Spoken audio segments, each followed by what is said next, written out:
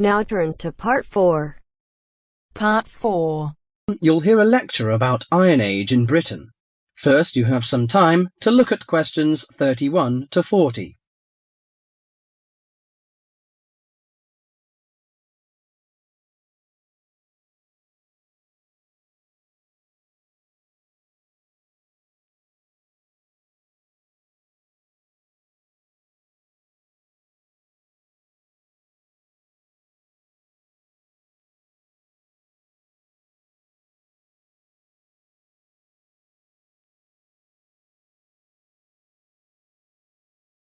Now listen carefully to the message and answer questions 31 to 40.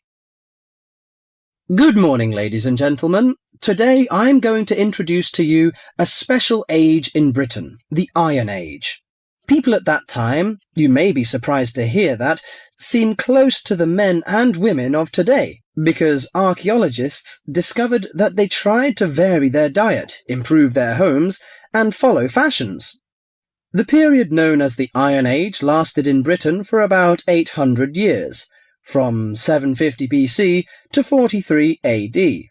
There had been several dramatic changes by the end of the Iron Age, including coinage, wheel-thrown pottery, etc. People had started to live in larger and more settled communities. Furthermore, because of the differences in climate and geography, someone living in Yorkshire or Ireland would have eaten different food, worn different clothing, and lived in different housing conditions from someone living in southern Britain. Caesar commented that Britain was a land of small farms, and this has been proven by the archaeological evidence. Since Iron Age society was primarily agricultural, it is safe to presume that the daily routine would have revolved around the maintenance of the crops and livestock.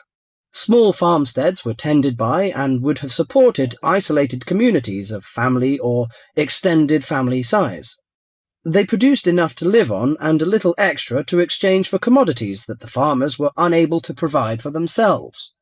For those farms, harvested crops were stored in either granaries that were raised from the ground on posts or in bell-shaped pits 2 to 3 meters deep.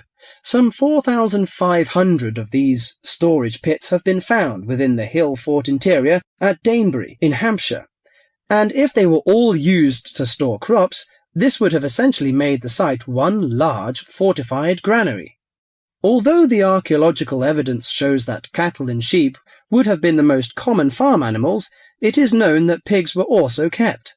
The animals would have aided the family, not only with heavy farm labour, in the case of the cattle, such as the ploughing of crop fields, but also as a valuable form of wool or hide and food products. Horses and dogs are also observed in the archaeological evidence from both faunal remains and artefacts. Horses were used for pulling 2- or 4-wheeled vehicles, carts, chariots, while dogs would have assisted in the herding of the livestock and hunting.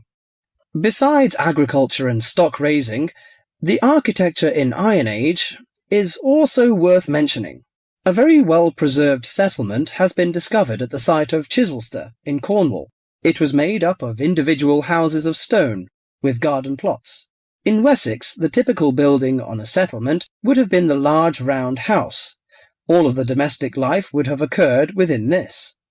The main frame of the round house would have been made of upright timbers, which were interwoven with coppiced wood, usually hazel, oak, ash, or pollarded willow, to make wattle walls. This was then covered with a daub made of clay, soil, straw, and animal manure that would weatherproof the house. The roof was constructed from large timbers and densely thatched. The main focus of the interior of the house was the central open hearth fire. This was the heart of the house to provide cooked food, warmth, and light. Because its importance within the domestic sphere, the fire would have been maintained 24 hours a day. Beside the fire may have stood a pair of fire dogs, such as those found at Baldock in Herefordshire, or suspended above it a bronze cauldron held up by a tripod and attached with an adjustable chain. The ordinary basic cooking pots would have been made by hand, from the local clay, and came in varying rounded shapes, occasionally with simple incised decorations. As for eating, bread would have been an important part of any meal, and was made from wheat and barley. The dough would have then been baked in a simple clay-domed oven, of which evidence has been found in Iron Age houses. The barley and rye could also have been made into a kind of porridge. In addition to this, the grain was also fermented to make beer, and the surface foam that formed was scraped off and used in the bread-making process. The interior of the house was an ideal place for the drying and preservation of food. Smoke and heat from the constant fire would have smoked meat and fish, and would have dried herbs and other plants perfectly. Salt was another means of preserving meat for the cold winter months, but this was a commodity that could not be made at a typical settlement. Well, you can see that Iron Age people lived a decent life, didn't they? I'm going to introduce their culture and leisure time next time. Thank you. That is the end of Part 4.